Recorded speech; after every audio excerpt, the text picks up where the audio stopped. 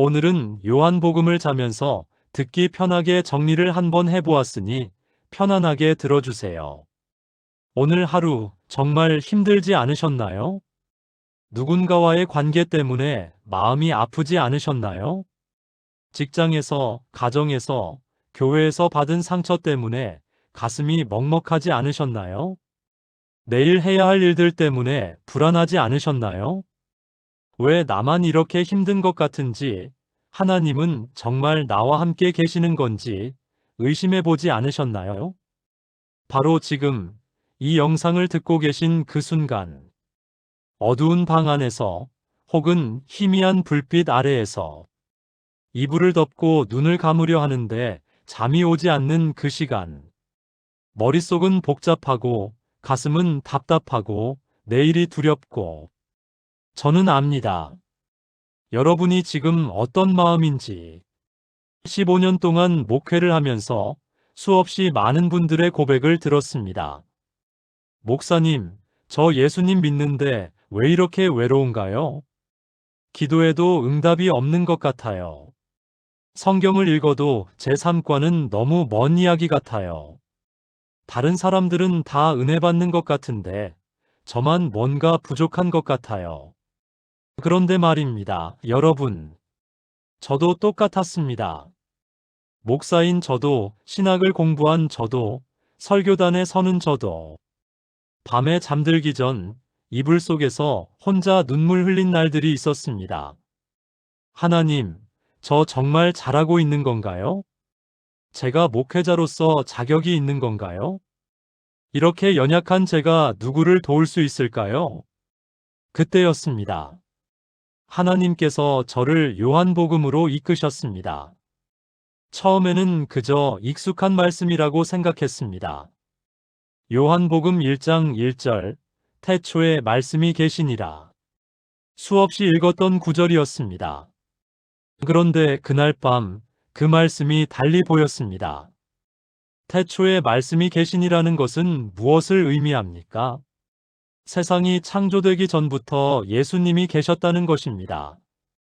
여러분의 문제가 생기기 전부터 예수님이 계셨다는 것입니다. 여러분이 태어나기 전부터, 여러분의 고통이 시작되기 전부터 이미 예수님은 거기 계셨습니다. 그리고 그 예수님이 지금 바로 이 순간에도 여러분과 함께 계십니다. 혹시 여러분 이런 경험 있으신가요? 밤에 잠들기 전 하루를 되돌아보면서 자책하는 경험. 오늘도 실수했어. 오늘도 화를 냈어. 오늘도 믿음 없이 살았어. 그러면서 점점 더 깊은 어둠 속으로 빠져드는 느낌. 내가 정말 구원받은 사람이 맞나 의심하게 되는 그 순간. 저는 오늘 이 시간 여러분께 요한복음을 통해 발견한 가장 놀라운 진리를 나누고 싶습니다. 그것은 바로 이것입니다. 예수님과의 동행은 여러분의 노력으로 이루어지는 것이 아니라는 것입니다. 예수님께서 이미 여러분과 함께 계시고 계속 계실 것이라는 것입니다. 여러분이 강할 때만이 아니라 약할 때에도, 여러분이 믿음이 있을 때만이 아니라 의심할 때에도, 여러분이 기뻐할 때만이 아니라 절망할 때에도 예수님은 여러분을 한 번도 떠나신 적이 없습니다. 오늘 이 말씀을 듣고 계신 여러분, 어쩌면 지금 눈물을 흘리고 계실지도 모르겠습니다. 어쩌면 정말 그럴까 하는 의심이 드실지도 모르겠습니다. 괜찮습니다. 그 연약함, 그 의심까지도 하나님은 아십니다. 그리고 바로 그런 여러분을 위해 요한복음이 기록되었습니다. 오늘 저는 요한복음의 핵심 메시지를 7가지로 정리해서 여러분께 전하겠습니다. 이 7가지 진리가 여러분의 마음속 깊이 새겨지기를 간절히 소망합니다. 그래서 오늘 밤 여러분이 이불을 덮고 눈을 감을 때 더 이상 두렵지 않고, 더 이상 외롭지 않고, 더 이상 불안하지 않기를 바랍니다. 대신 이렇게 고백하실 수 있기를 바랍니다. 예수님, 당신이 나와 함께 계시는구나. 내일도 모레도 영원히. 자, 그럼 함께 시작하겠습니다. 여러분의 마음을 활짝 여시고 오늘 하나님께서 여러분에게 주시는 위로와 소망의 메시지를 받으시길 바랍니다. 1. 빛이 어둠을 이긴다는 확신. 요한복음 1장 5절입니다. 빛이 어둠에 빛이 돼 어둠이 깨닫지 못하더라. 여러분, 지금 어둠 속에 계신가요? 아무리 애써도 해결되지 않는 문제가 있으신가요? 가족 관계가 어둠 속인가요? 경제적인 상황이 어둠 속인가요? 건강이 어둠 속인가요? 아니면 마음이 영혼이 깊은 어둠 속에 갇혀 있으신가요? 제가 목회하면서 만난 한 자매님이 있었습니다. 그 자매님은 20년 동안 우울증으로 고생하셨습니다. 매일 밤 잠들기가 두려웠다고 합니다. 왜냐하면 아침에 일어나야 한다는 것 자체가 고통이었기 때문입니다. 목사님, 저는 어둠 속에 갇혀 있어요. 그리고 이 어둠에서 절대 나올 수 없을 것 같아요. 그 자매님의 눈빛에는 깊은 절망이 있었습니다. 그런데 말입니다, 여러분. 요한은 이렇게 선포합니다. 빛이 어둠에 빛이 돼 어둠이 깨닫지 못하더라. 이 말씀의 핵심은 무엇입니까? 빛과 어둠이 싸우는 것이 아닙니다. 빛이 비치면 어둠은 자동으로 사라진다는 것입니다. 어둠은 빛을 이길 수 없습니다. 어둠은 빛과 공존할 수도 없습니다. 빛이 오면 어둠은 그저 물러갈 수밖에 없습니다. 그리고 그 빛이 누구십니까? 바로 예수님이십니다. 요한복음 8장 12절에서 예수님께서 직접 말씀하셨습니다. 나는 세상의 빛이니 나를 따르는 자는 어둠에 다니지 아니하고 생명의 빛을 얻으리라. 여러분, 이 말씀을 정말로 믿으시나요? 예수님이 세상의 빛이라는 것을, 그리고 그 예수님이 지금 여러분과 함께 계시다는 것을, 만약 예수님이 여러분과 함께 계시다면 그 어둠이 아무리 깊어도 이길 수 없습니다. 그 자매님에게 저는 매일 밤 이렇게 기도하라고 권면했습니다. 예수님, 당신은 빛이십니다. 제 안의 모든 어둠을 몰아내 주세요. 처음에는 변화가 없었습니다. 여전히 어둠이 깊었고 여전히 고통스러웠습니다. 그런데 3개월이 지나고 6개월이 지나면서 조금씩, 정말 조금씩 변화가 일어났습니다. 어느 날 그 자매님이 저에게 이렇게 말씀하셨습니다. 목사님, 어둠이 완전히 사라진 건 아니에요. 하지만 이제는 어둠 속에서도 빛을 느껴요. 예수님이 함께 계시다는 걸 알아요. 여러분, 이것이 동행입니다. 예수님과의 동행은 문제가 사라지는 것이 아닙니다. 문제 속에서도 예수님이 함께 계심을 아는 것입니다. 어둠 속에서도 빛을 보는 것입니다. 지금 여러분이 어떤 어둠 속에 계시든지, 그 어둠이 아무리 깊고, 아무리 오래되었고, 아무리 강력해 보여도 예수님이라는 빛 앞에서는 아무것도 아닙니다. 빛이 비치면 어둠은 사라집니다. 예수님이 오시면 절망은 물러갑니다. 그리고 그 예수님이 지금 바로 이 순간 여러분과 함께 계십니다. 여러분 안에 계십니다. 여러분 곁에 계십니다. 여러분, 오늘 밤 잠들기 전에 이렇게 고백하시기 바랍니다. 예수님, 당신은 나의 빛이십니다. 내 안의 모든 어둠보다 강하신 빛이십니다. 그리고 그 고백을 매일 밤 반복하시기 바랍니다. 처음에는 믿어지지 않을 수도 있습니다. 여전히 어둠이 느껴질 수도 있습니다. 하지만 계속 고백하십시오. 왜냐하면 그것이 진리이기 때문입니다. 여러분의 느낌이나 상황이 아니라 하나님의 말씀이 진리입니다. 예수님은 빛이십니다. 그리고 빛은 반드시 어둠을 이깁니다. 항상, 언제나 예외 없이. 사랑하는 하나님 아버지, 지금 이 시간 깊은 어둠 속에서 고통받고 있는 당신의 자녀들을 위해 기도합니다. 우울과 절망, 두려움과 불안이라는 어둠이 그들을 짓누르고 있습니다.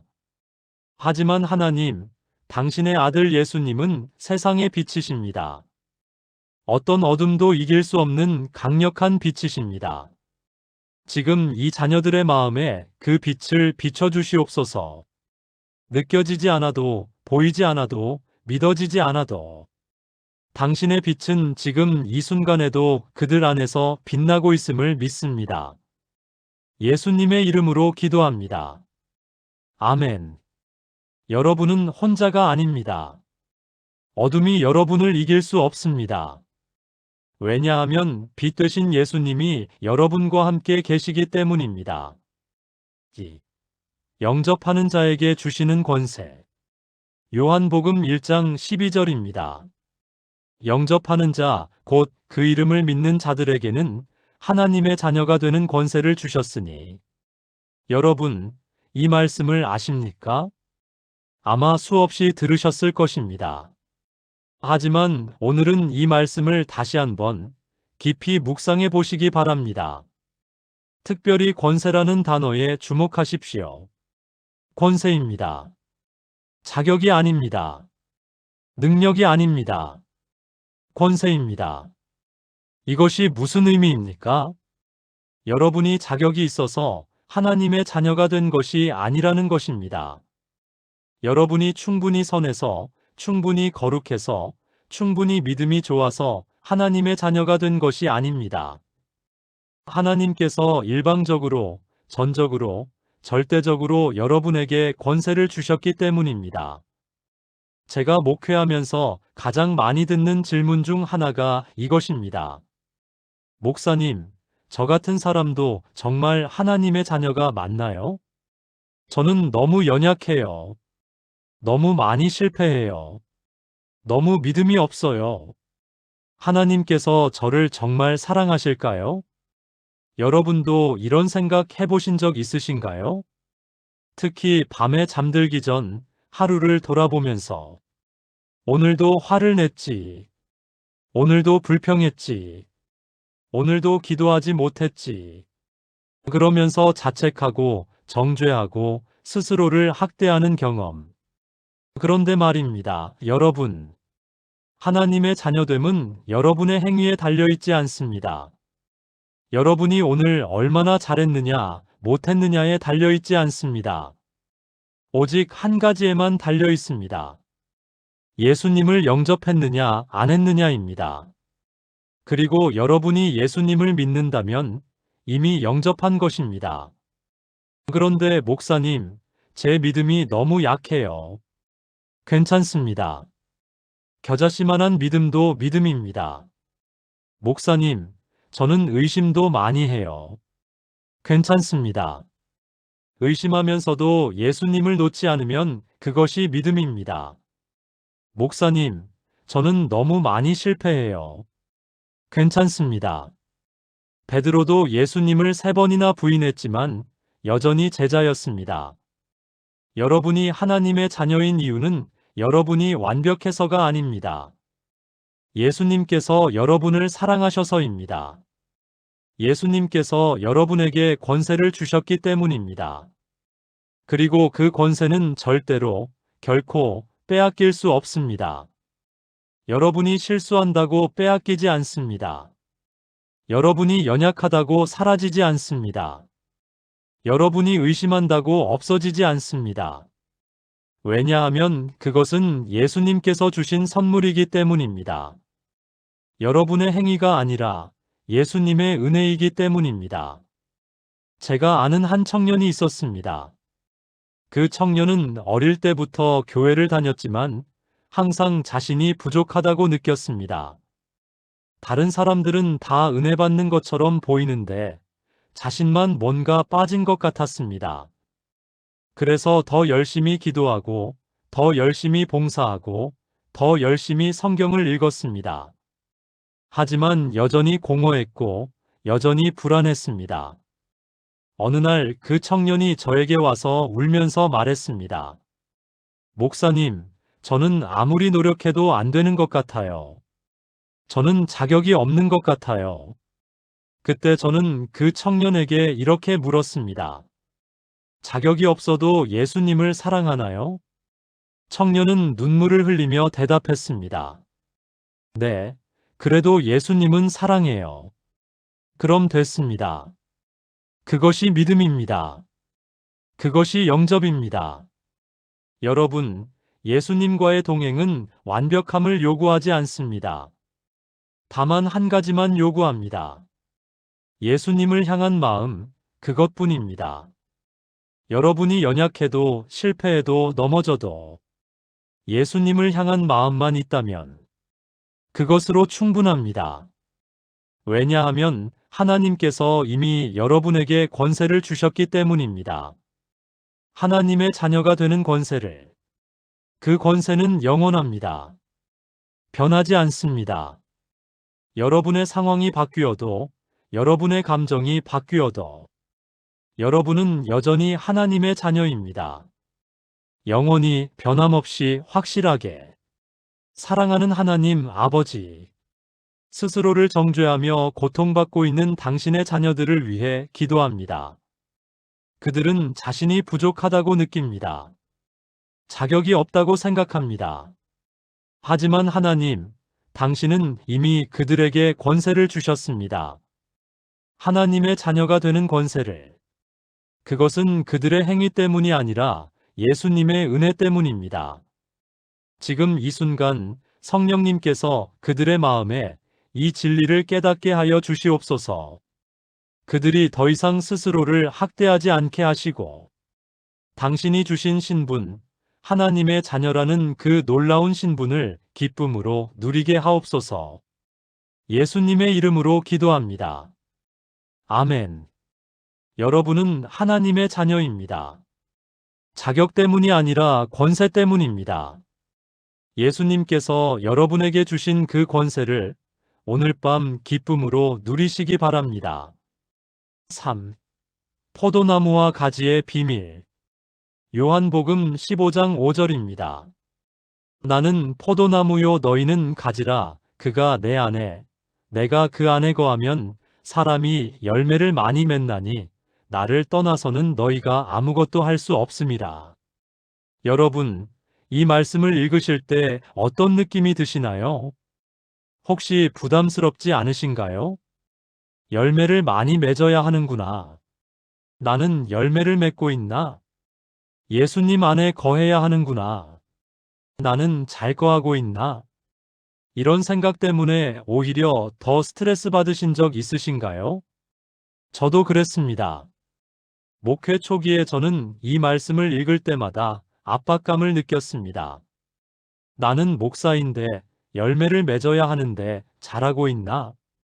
예수님 안에 거해야 하는데 내 기도 생활은 형편없는데. 그러던 어느 날 하나님께서 제게 한 가지를 깨닫게 하셨습니다. 가지가 포도나무에 붙어 있기 위해 무엇을 합니까? 아무것도 하지 않습니다. 그냥 붙어 있을 뿐입니다. 가지가 나 열심히 붙어 있어야지 하고 노력합니까? 아닙니다. 가지는 그냥 자연스럽게 포도나무에 연결되어 있습니다.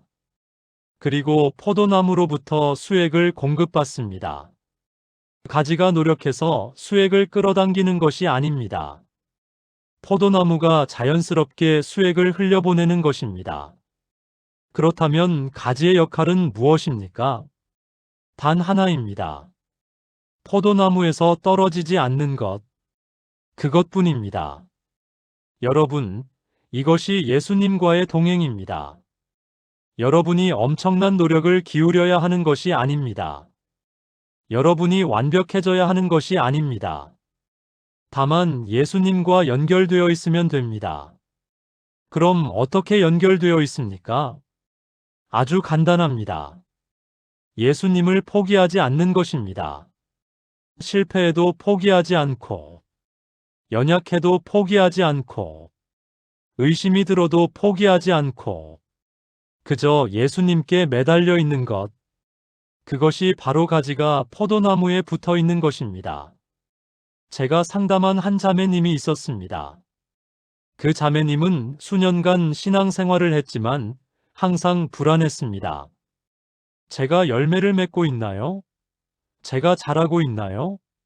매일 자신을 점검하고 평가하고 정죄했습니다. 그러다 결국 탈진했습니다. 목사님, 저 이제 정말 못하겠어요. 너무 힘들어요. 그때 저는 그 자매님에게 물었습니다. 지금 예수님을 떠나고 싶으세요? 자매님은 고개를 저으며 대답했습니다. 아니요. 그래도 예수님 없이는 살 수 없어요. 그럼 됐습니다. 그것이 포도나무에 붙어 있는 것입니다. 여러분, 예수님과의 동행은 복잡하지 않습니다. 어렵지 않습니다. 다만 예수님을 놓지 않는 것, 아무리 힘들어도, 아무리 연약해도, 예수님, 저 당신 없이는 못 살아요 하고 붙잡는 것, 그것이 전부입니다. 그러면 예수님께서 알아서 여러분 안에 역사하십니다. 여러분이 노력해서 열매를 맺는 것이 아닙니다. 예수님께서 여러분을 통해 열매를 맺으십니다. 여러분이 노력해서 변화되는 것이 아닙니다.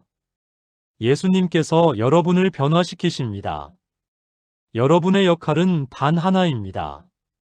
예수님과 연결되어 있는 것, 예수님을 포기하지 않는 것, 그것뿐입니다. 지금 이 순간 여러분이 느끼기에는 아무 열매도 없는 것 같을 수 있습니다. 여전히 연약하고 여전히 부족한 것 같을 수 있습니다. 괜찮습니다. 가지는 자신이 열매를 맺는다고 느끼지 못합니다. 다만 포도나무와 연결되어 있을 뿐입니다. 그러면 때가 되면 하나님의 때에 반드시 열매가 맺어집니다. 여러분이 아닌 예수님께서 맺으시는 열매가. 그러니 오늘 밤 여러분이 잠들기 전에 스스로를 평가하지 마십시오. 나 오늘 잘했나? 못했나? 하고 정죄하지 마십시오. 대신 이렇게 고백하십시오. 예수님, 저는 당신의 가지입니다. 당신과 연결되어 있습니다. 그것으로 충분합니다. 그리고 편안히 잠드십시오. 왜냐하면 여러분이 자는 동안에도 예수님이라는 포도나무는 계속해서 여러분에게 생명의 수액을 공급하실 것이기 때문입니다. 사랑하는 하나님 아버지, 스스로를 끊임없이 평가하고 정죄하며 지쳐있는 당신의 자녀들을 위해 기도합니다. 그들은 열매를 맺어야 한다는 부담감에 짓눌려 있습니다. 잘해야 한다는 압박감에 탈진해 있습니다. 하지만 하나님, 당신은 그들에게 완벽함을 요구하지 않으십니다. 다만 예수님과 연결되어 있기를 원하십니다. 지금 이 순간 성령님께서 그들에게 진정한 안식을 주시옵소서. 그들이 더 이상 스스로를 평가하지 않게 하시고, 다만 예수님과 연결되어 있다는 그 사실만으로 감사하게 하옵소서. 그리고 그들을 통해 당신의 때에 당신의 방법으로 아름다운 열매를 맺게 하옵소서. 예수님의 이름으로 기도합니다. 아멘. 여러분은 포도나무의 가지입니다. 예수님과 연결되어 있습니다. 그것만으로 충분합니다. 그것만으로 완전합니다. 4. 보혜사 성령님의 임재. 요한복음 14장 16, 17절입니다. 내가 아버지께 구하겠으니 그가 또 다른 보혜사를 너희에게 주사 영원토록 너희와 함께 있게 하리니 그는 진리의 영이라 세상은 능히 그를 받지 못하나니 너희는 그를 보지도 못하고 알지도 못함이라. 그러나 너희는 그를 아나니 그는 너희와 함께 거하심이요 또 너희 속에 계시겠음이라. 여러분, 이 말씀에서 가장 중요한 단어가 무엇인지 아십니까? 영원토록 함께입니다. 영원토록입니다. 일시적이 아닙니다. 조건적이 아닙니다. 영원토록 함께입니다. 많은 사람들이 이렇게 생각합니다. 내가 잘할 때 성령님이 함께 하시겠지.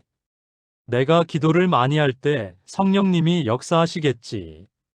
내가 죄를 짓지 않을 때 성령님이 계시겠지. 그런데 말입니다, 여러분. 예수님은 영원토록 함께라고 말씀하셨습니다. 조건이 없습니다. 여러분이 잘할 때만이 아니라 못할 때도, 여러분이 강할 때만이 아니라 약할 때도, 여러분이 기쁠 때만이 아니라 슬플 때도 영원토록 함께 계십니다. 제가 목회하면서 가장 가슴 아픈 순간 중 하나가 있습니다. 한 성도님이 저에게 이렇게 고백했을 때입니다. 목사님, 저 어제 또 죄를 지었어요. 그래서 오늘 기도할 수가 없어요. 성령님이 저를 떠나신 것 같아요. 여러분, 이것이 얼마나 큰 오해입니까? 성령님은 여러분이 죄를 지었다고 떠나시지 않습니다. 오히려 그때 더욱 가까이 계십니다. 여러분을 책망하시려고가 아니라 위로하시려고, 정죄하시려고가 아니라 회복시키시려고. 그래서 예수님은 성령님을 보혜사라고 부르셨습니다. 보혜사는 무슨 뜻입니까? 곁에서 도와주시는 분입니다. 변호하시는 분입니다. 위로하시는 분입니다. 여러분이 넘어졌을 때 이제 끝이야 하고 떠나시는 분이 아닙니다. 괜찮아, 일어나 하고 손을 내미시는 분입니다. 여러분이 실패했을 때 역시 안 되는구나 하고 포기하시는 분이 아닙니다. 다시 시작하자 하고 격려하시는 분입니다. 여러분이 의심할 때 믿음이 없구나 하고 실망하시는 분이 아닙니다. 내가 여기 있어 하고 확신을 주시는 분입니다. 제가 아는 한 청년이 있었습니다. 그 청년은 오랫동안 중독과 싸웠습니다. 끊었다가 다시 빠지고, 다시 끊었다가 또 빠지고. 반복되는 실패에 그 청년은 완전히 절망했습니다. 목사님, 저는 이제 정말 안 될 것 같아요. 성령님도 저를 포기하신 것 같아요. 그때 저는 그 청년에게 이렇게 물었습니다. 지금 이 순간 다시 일어나고 싶은 마음이 드나요? 청년은 눈물을 흘리며 대답했습니다. 네, 그래도 포기하고 싶지는 않아요. 그게 바로 성령님의 역사입니다.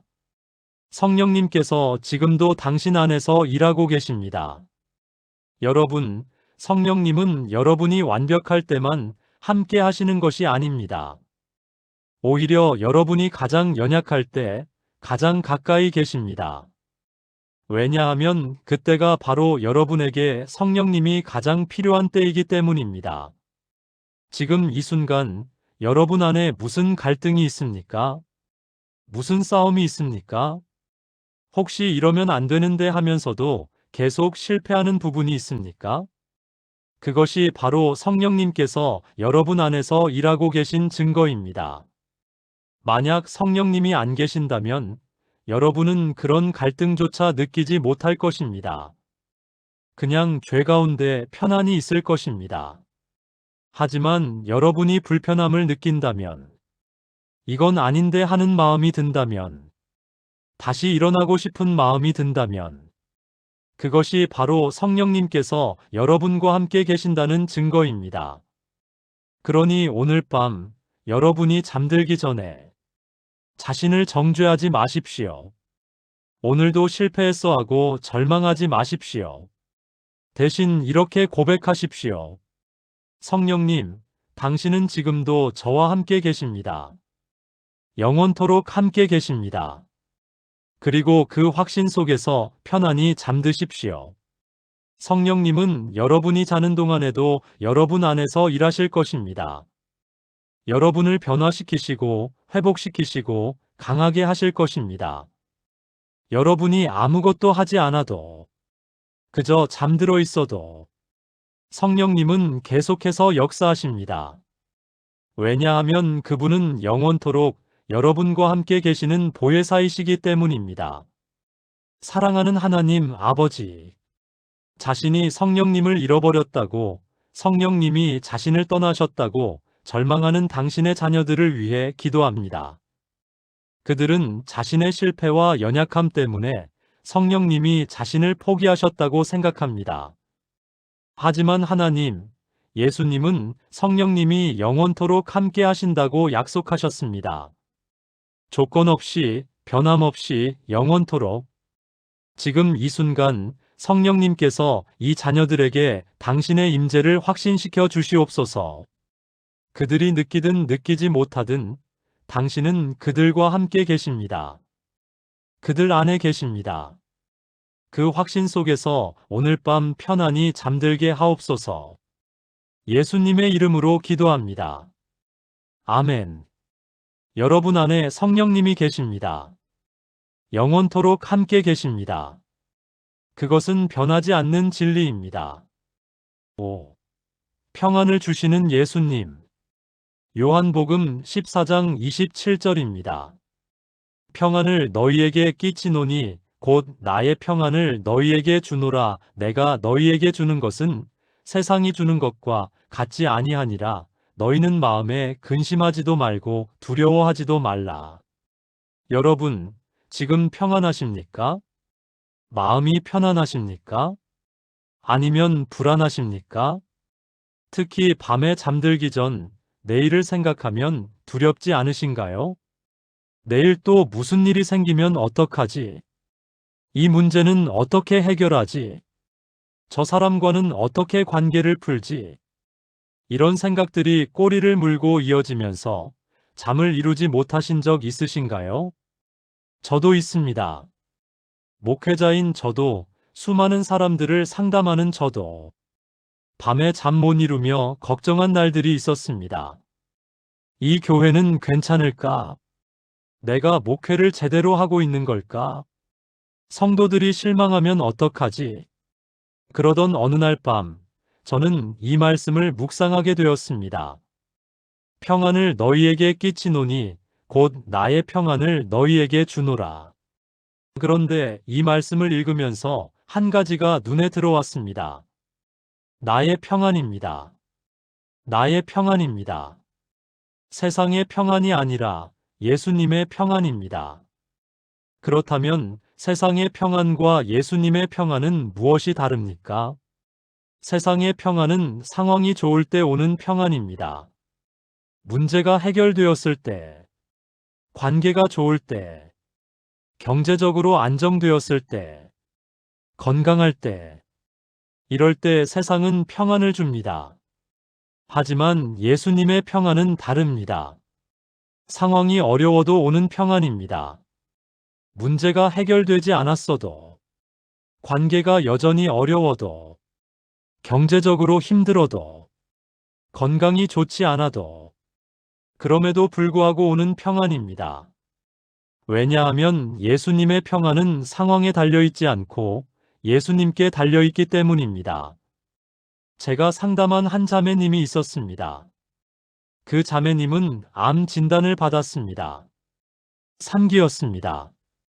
처음에는 당연히 충격이었고 두려웠습니다. 하지만 시간이 지나면서 놀라운 일이 일어났습니다. 그 자매님의 얼굴에서 평안이 보이기 시작했습니다. 목사님, 이상한 게요. 상황은 전혀 나아지지 않았어요. 여전히 암은 있고 치료는 힘들어요. 하지만 마음은 평안해요. 왜 그런지 모르겠어요. 저는 그 자매님에게 말했습니다. 그것이 바로 예수님의 평안입니다. 상황과 상관없이 오는 평안입니다. 여러분, 예수님께서 주시는 평안은 문제가 없어서 오는 평안이 아닙니다. 문제 속에서도 예수님이 함께 계시기 때문에 오는 평안입니다. 지금 여러분의 상황이 어떻습니까? 해결되지 않은 문제가 산더미처럼 쌓여 있습니까? 내일이 두렵습니까? 미래가 불확실합니까? 괜찮습니다. 예수님의 평안은 이런 상황 속에서도 여러분께 임합니다. 왜냐하면 그것은 상황의 평안이 아니라 임재의 평안이기 때문입니다.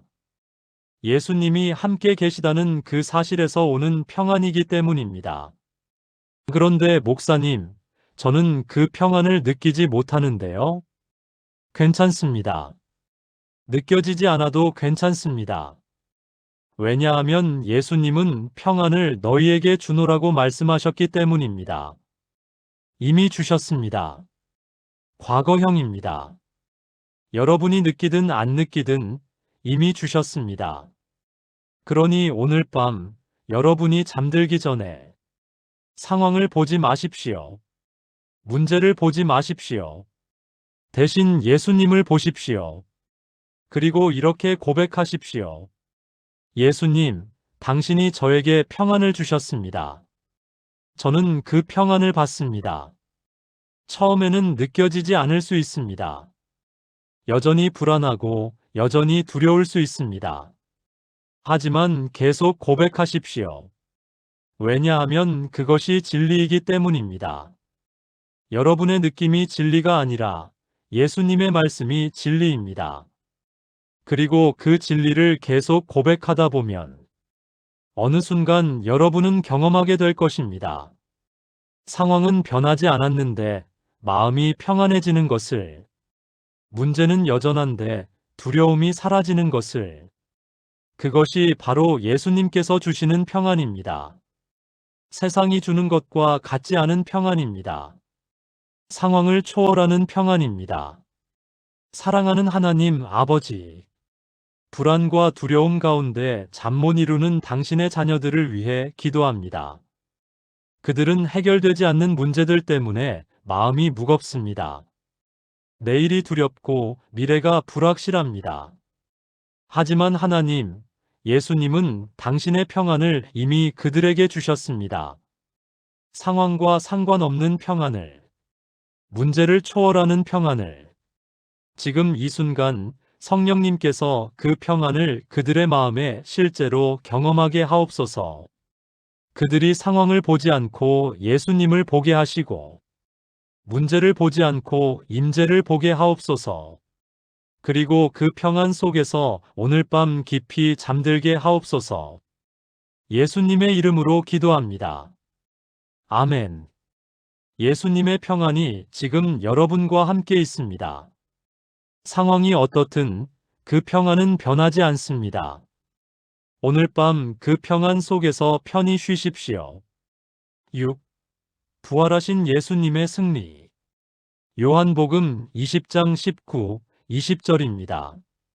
이날 곧 안식 후 첫날 저녁 때에 제자들이 유대인들을 두려워하여 모인 곳의 문들을 닫았더니 예수께서 오사 가운데 서서 이르시되 너희에게 평강이 있을지어다 이 말씀을 하시고 손과 옆구리를 보이시니 제자들이 주를 보고 기뻐하더라. 여러분, 이 장면을 상상해 보십시오. 제자들은 문을 꽁꽁 잠그고 숨어 있었습니다. 두려움에 떨고 있었습니다. 예수님이 십자가에서 돌아가셨습니다. 모든 희망이 사라졌습니다. 이제 끝이구나. 우리도 잡혀가겠구나. 그들의 마음은 절망과 두려움으로 가득했습니다. 그런데 바로 그때 문이 잠겨 있는데도 예수님이 그들 가운데 나타나셨습니다. 그리고 말씀하셨습니다. 너희에게 평강이 있을지어다. 여러분, 이 말씀의 핵심이 무엇입니까? 예수님은 제자들의 두려움을 책망하지 않으셨습니다. 너희 믿음이 어디 있느냐? 하고 질책하지 않으셨습니다. 대신 평강이 있을지어다 하고 위로하셨습니다. 그리고 손과 옆구리를 보이셨습니다. 왜 손과 옆구리를 보이셨을까요? 그것은 자신이 정말로 부활하신 예수님이라는 것을 보여주시기 위함이었습니다. 십자가에서 죽으셨지만 다시 살아나셨다는 것을, 죽음이 끝이 아니라 부활이 있다는 것을, 절망이 끝이 아니라 희망이 있다는 것을. 여러분, 지금 여러분의 삶에 십자가가 있습니까? 모든 것이 끝난 것 같습니까? 더 이상 희망이 없는 것 같습니까? 괜찮습니다. 십자가 다음에는 부활이 있습니다. 죽음 다음에는 생명이 있습니다.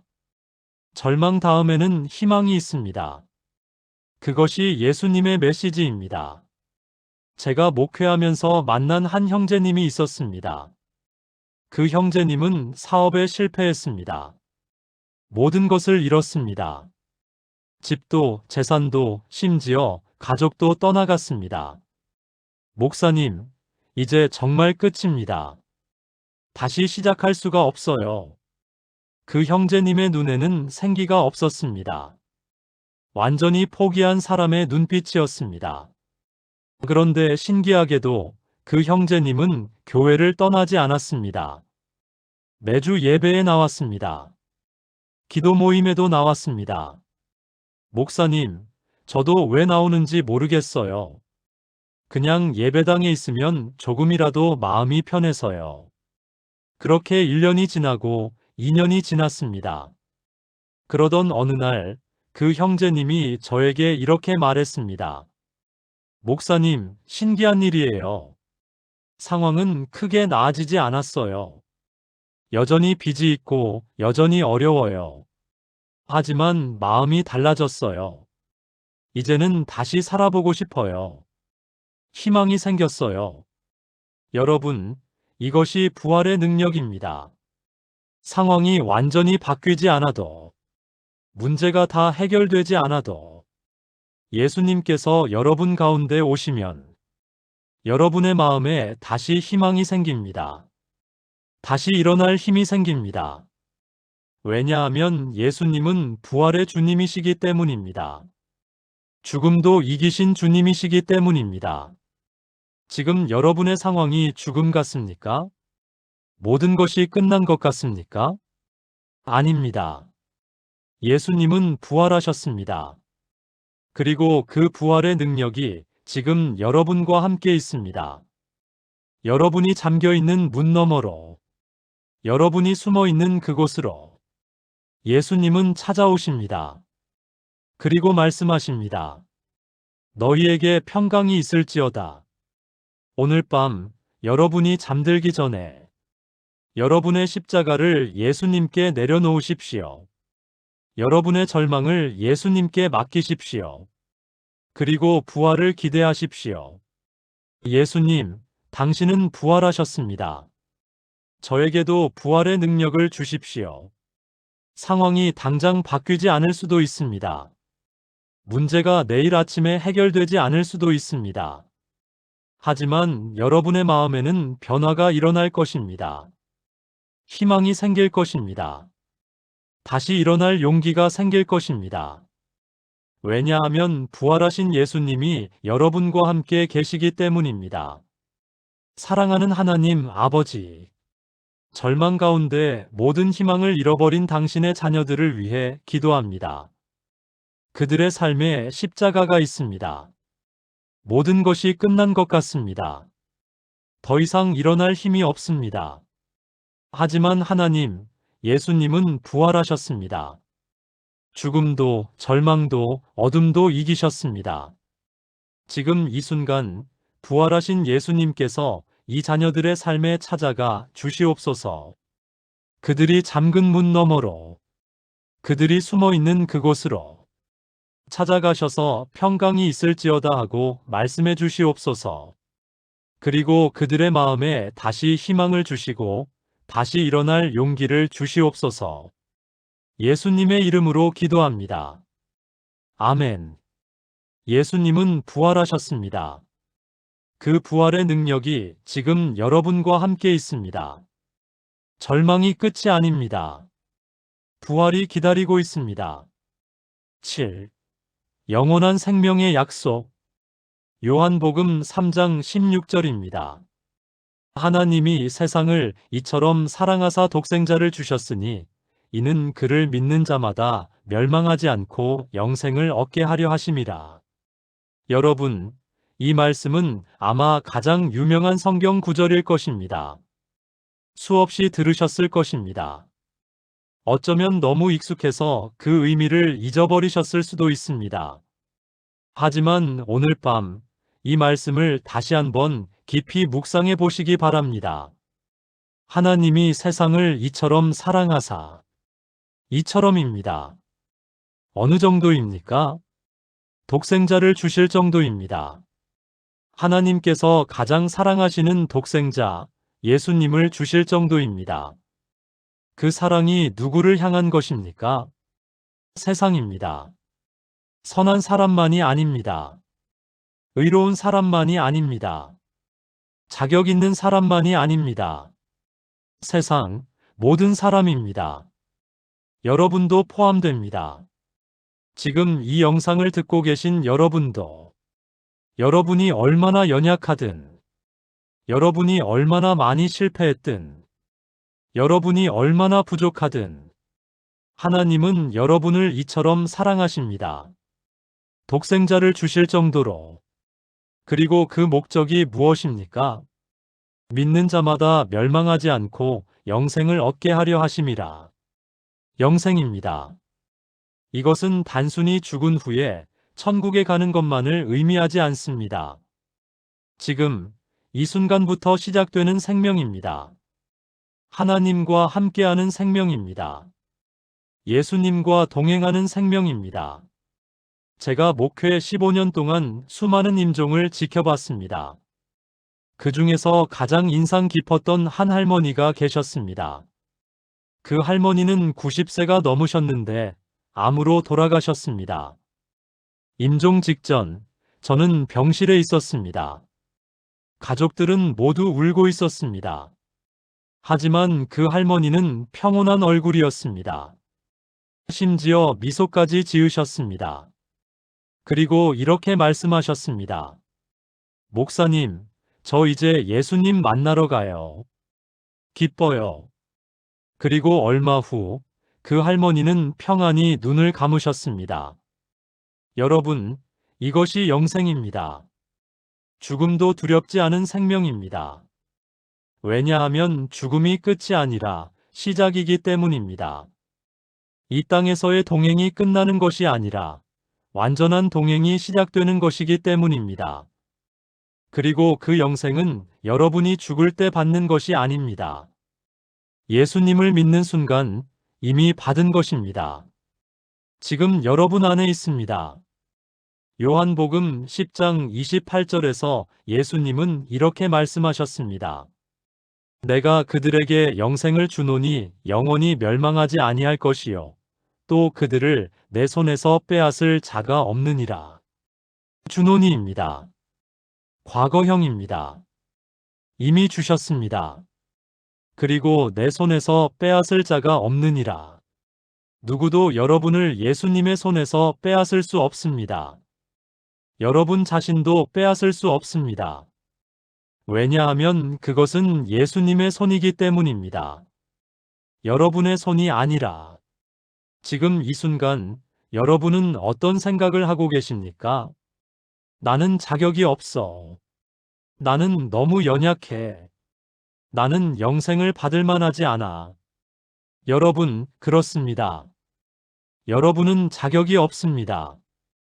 저도 자격이 없습니다. 우리 모두 자격이 없습니다. 하지만 예수님은 자격 있는 사람에게 영생을 주신 것이 아닙니다. 믿는 자마다에게 주신 것입니다. 여러분이 예수님을 믿으신다면, 비록 연약해도 실패해도 의심해도, 그래도 예수님을 붙잡고 있다면, 여러분은 이미 영생을 받은 것입니다.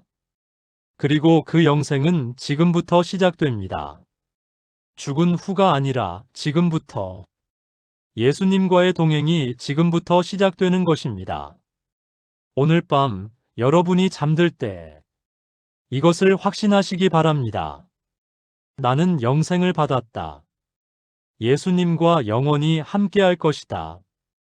내일 아침 일어날 때 오늘도 예수님과 함께 하루를 살아간다. 일을 할 때, 사람을 만날 때, 식사할 때, 쉴 때, 모든 순간 예수님과 함께입니다. 왜냐하면 여러분은 영생을 받았기 때문입니다. 그리고 그 영생은 예수님과의 동행입니다. 지금도, 내일도, 영원히. 사랑하는 하나님 아버지, 영생이 무엇인지 잊어버리고 오직 이 땅의 삶에만 매여 있는 당신의 자녀들을 위해 기도합니다. 그들은 내일이 두렵고 미래가 불확실하고 죽음이 무섭습니다. 하지만 하나님, 당신은 그들에게 이미 영생을 주셨습니다. 예수님을 믿는 순간 이미 그들 안에 영생이 있습니다. 지금 이 순간 성령님께서 그들에게 이 진리를 깨닫게 하옵소서. 그들의 삶이 단순히 이 땅에서 끝나는 것이 아니라 예수님과 영원히 함께하는 것임을 알게 하옵소서. 그 확신 속에서 더 이상 두려워하지 않고 담대하게, 기쁘게, 소망 가운데 살아가게 하옵소서. 예수님의 이름으로 기도합니다. 아멘. 여러분은 영생을 받았습니다. 지금부터 영원까지 예수님과 함께합니다. 그것이 여러분의 정체성입니다. 그것이 여러분의 소망입니다. 사랑하는 하나님, 아버지, 전능하신 창조주 하나님. 지금 이 시간, 이 기도를 함께 드리는 모든 당신의 자녀들을 위해 간절히 기도합니다. 오늘 이들은 요한복음을 통해 놀라운 진리를 들었습니다. 예수님은 어둠을 이기는 빛이시며 그 빛이 지금도 우리와 함께 계심을 들었습니다. 우리가 하나님의 자녀되는 권세를 받았으며 그것이 우리의 행위가 아닌 하나님의 은혜임을 들었습니다. 우리가 포도나무의 가지이며 예수님과 연결되어 있기만 하면 된다는 것을 들었습니다. 성령님이 영원토록 우리와 함께 계시며 우리를 결코 떠나지 않으신다는 것을 들었습니다. 예수님의 평안이 상황과 상관없이 우리에게 주어졌다는 것을 들었습니다. 예수님이 부활하셨으며 그 부활의 능력이 지금 우리와 함께 한다는 것을 들었습니다. 그리고 우리가 영생을 받았으며 지금부터 영원까지 예수님과 동행한다는 것을 들었습니다. 하나님, 이 모든 진리가 단순히 머리의 지식으로 남지 않게 하옵소서. 이들의 마음 깊은 곳에 새겨지게 하옵소서. 특별히 오늘 밤 이들이 잠자리에 들 때 더 이상 두려워하지 않게 하시고 더 이상 불안해하지 않게 하시고 더 이상 외로워하지 않게 하옵소서. 대신 확신 가운데, 평안 가운데, 기쁨 가운데 잠들게 하옵소서. 내일 아침 이들이 일어날 때 새로운 소망으로 하루를 시작하게 하옵소서. 오늘도 예수님과 함께라는 고백으로 하루를 살아가게 하옵소서. 그리고 이들의 삶을 통해 예수님의 사랑이 흘러가게 하옵소서. 이들이 받은 위로로 다른 사람들을 위로하게 하시고 이들이 받은 소망으로 다른 사람들에게 소망을 주게 하옵소서. 이 모든 기도를 사랑하는 우리 주 예수 그리스도의 이름으로 기도합니다. 아멘. 사랑하는 여러분, 오늘 이 긴 시간 동안 함께 해주셔서 감사합니다. 지금 여러분의 마음은 어떠십니까? 조금이라도 위로가 되셨나요? 조금이라도 소망이 생기셨나요? 제가 오늘 이 메시지를 준비하면서 가장 간절히 기도한 것이 있습니다. 하나님, 이 메시지를 듣는 모든 분들이 오늘 밤만큼은 평안히 잠들게 해주세요. 더 이상 걱정하지 않고, 더 이상 두려워하지 않고, 예수님의 품 안에서 편히 쉬게 해주세요. 여러분, 예수님과의 동행은 어려운 것이 아닙니다. 복잡한 것이 아닙니다. 다만 한 가지입니다.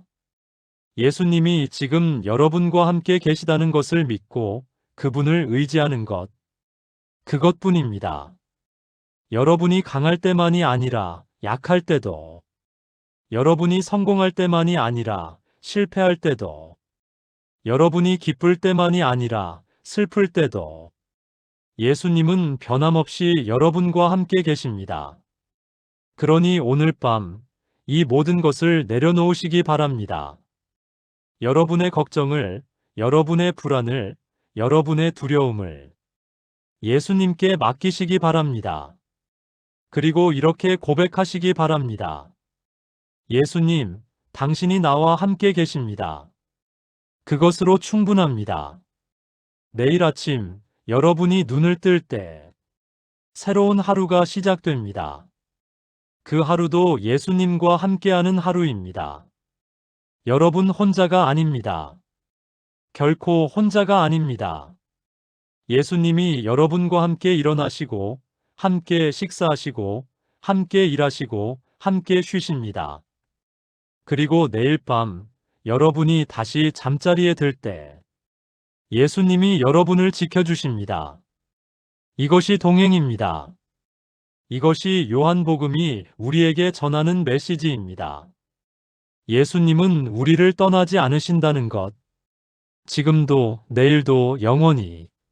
마지막으로 제가 여러분께 부탁드리고 싶은 것이 있습니다. 오늘 밤 잠들기 전에 짧게라도 기도하시기 바랍니다. 예수님, 감사합니다. 저와 함께 계셔서 감사합니다. 오늘 밤도 저를 지켜주세요. 내일도 함께 해주세요. 이 짧은 기도만으로도 충분합니다. 긴 기도가 아니어도 괜찮습니다. 화려한 기도가 아니어도 괜찮습니다. 다만 진심으로 예수님께 말씀드리는 것, 그것이면 충분합니다. 그리고 만약 여러분이 이 영상을 들으면서 조금이라도 위로를 받으셨다면 다른 사람들과도 나눠주시기 바랍니다. 여러분 주변에도 오늘 밤 잠 못 이루는 분들이 있을 것입니다.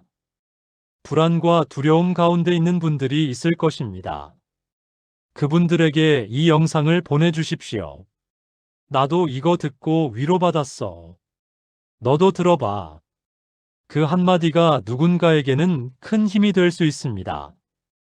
우리가 받은 위로로 다른 사람들을 위로하는 것, 그것이 바로 예수님께서 원하시는 것입니다. 사랑하는 여러분, 오늘도 수고 많으셨습니다. 정말 고생 많으셨습니다.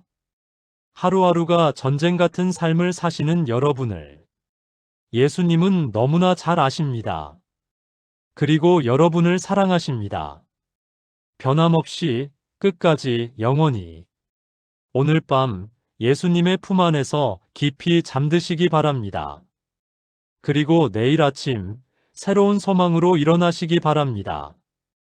예수님이 여러분과 함께 하십니다. 지금도 내일도 영원히. 이 확신을 가지고 오늘을 마무리하시기 바랍니다. 저는 여러분을 위해 기도하겠습니다. 여러분도 저를 위해 기도해 주시기 바랍니다.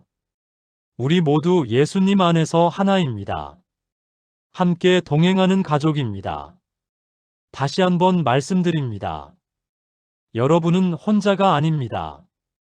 예수님이 지금 이 순간에도 여러분과 함께 계십니다. 오늘 밤 편안히 쉬십시오. 그리고 내일 담대히 일어나십시오. 예수님의 사랑과 평강이 여러분과 함께 하시기를 축복합니다. 안녕히 주무세요. 그리고 내일 또 만나요. 예수님 안에서. 아멘.